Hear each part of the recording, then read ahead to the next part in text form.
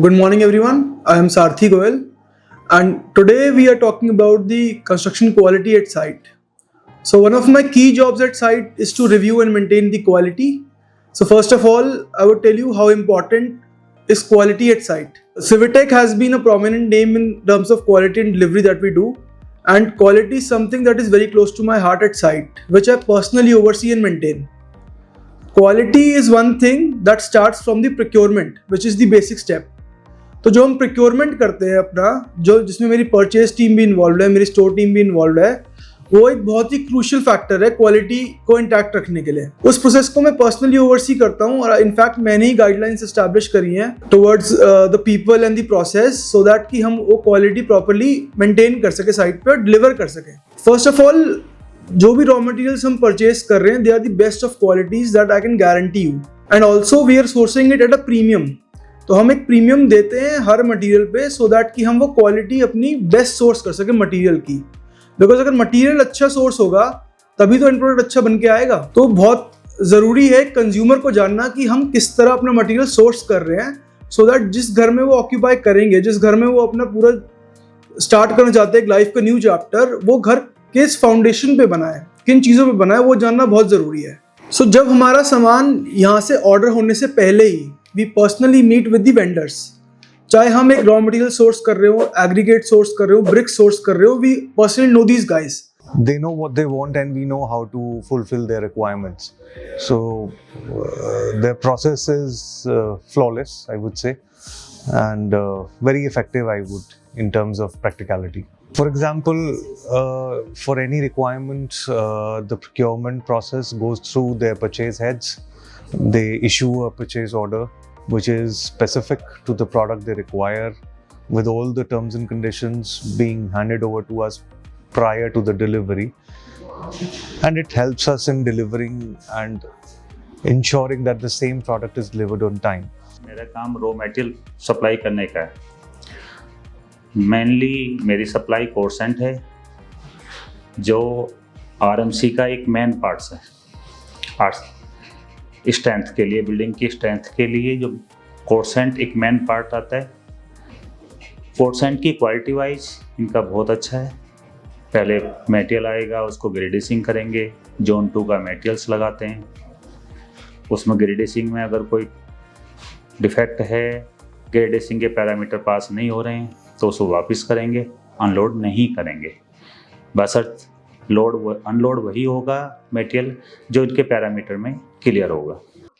उसके बाद हम एक प्रोडक्ट को एनालाइज करते हैं, उसके मल्टीपल सैंपल्स मंगा के डिफरेंट सोर्सेज से.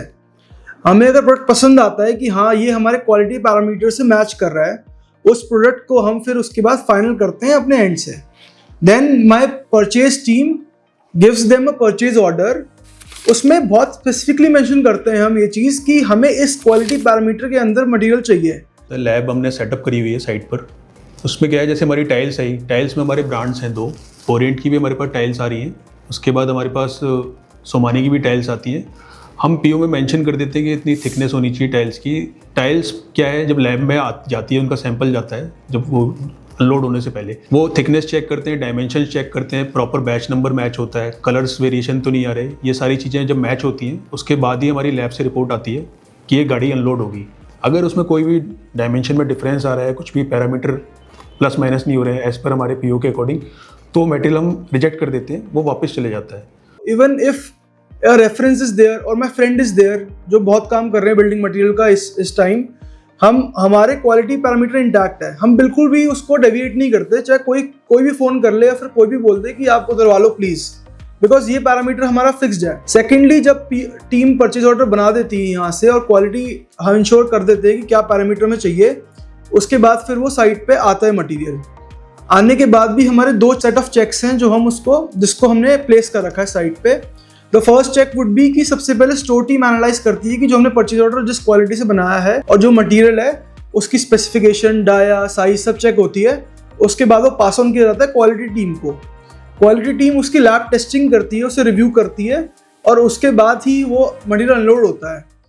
फर्स्ट ऑफ ऑल, जो भी हम मटेरियल प्रोक्योर कर रहे हैं साइट पे, चाहे वो स्टील हो, सीमेंट हो, ब्रिक हो, रॉ मटेरियल हो या फिर कोई भी मटेरियल हो, चाहे वो ग्रीस शटरिंग ऑयल ही क्यों ना हो, वो हम सिर्फ ब्रांड्स के साथ ही प्रोक्योर करते हैं। कुछ आइटम्स ऐसे ऐसे ब्रांड्स होती नहीं है, जैसे आपका ब्रिक्स हो गया, 10mm 20mm एग्रीगेट्स हो गया, but cement steel is only we work with brands.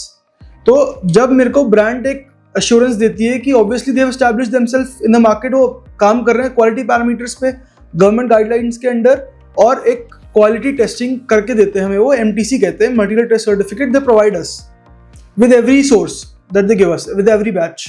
तो जब हम मटेरियल प्रोक्योर करते हैं वो वाला end they give that material to us on site, we also do some random testing of these materials. We are not blindly trusting these big brands कि जो हमें प्रोवाइड कर रहे हैं वो हम सोच रहे हैं कि वो एक्चुअल है और अच्छा क्वालिटी का आ रहा है। In fact we have the test reports over the course of time जो हमने प्रोजेक्ट शुरू करा है। हम हर एक मटेरियल को टेस्टिंग के लिए भेजते हैं रैंडमली, चाहे वो स्टील हो, चाहे वो सीमेंट हो, चाहे वो फ्लाई ऐश हो, सो दैट कि हम इंश्योर कर पाएं कि ब्रांड्स भी हमें अच्छी क्वालिटी ही प्रोवाइड कर रही है। We are not blindly trusting brands.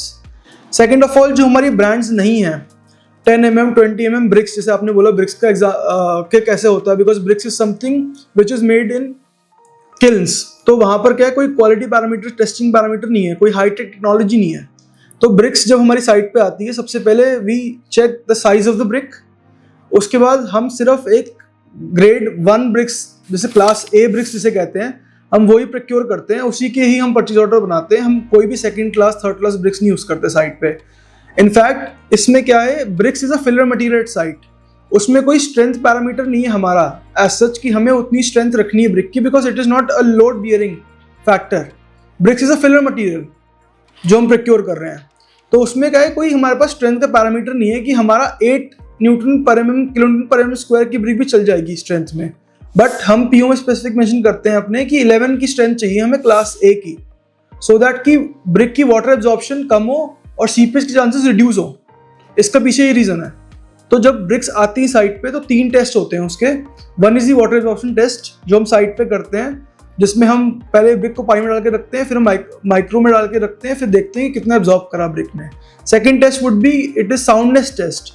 अगर क्लास A ब्रिक होती है तो फिर वो मेटल साउंड प्रोड्यूस करती है अगर उसको हम दोनों को बजाएंगे साथ में। तो third is the compressive strength test जो हम करते हैं एक कंप्रेसिव स्ट्रेंथ टेस्टिंग मशीन पे। तो उसके नीचे ब्रिक्स प्लेस होती है, उसके अंडर ऊपर से लोड डाला जाता है और उसकी स्ट्रेंथ 11 आती है तो ही वो ब्रिक अप्रूव होती है पूरी vehicle. Average strength should be 11।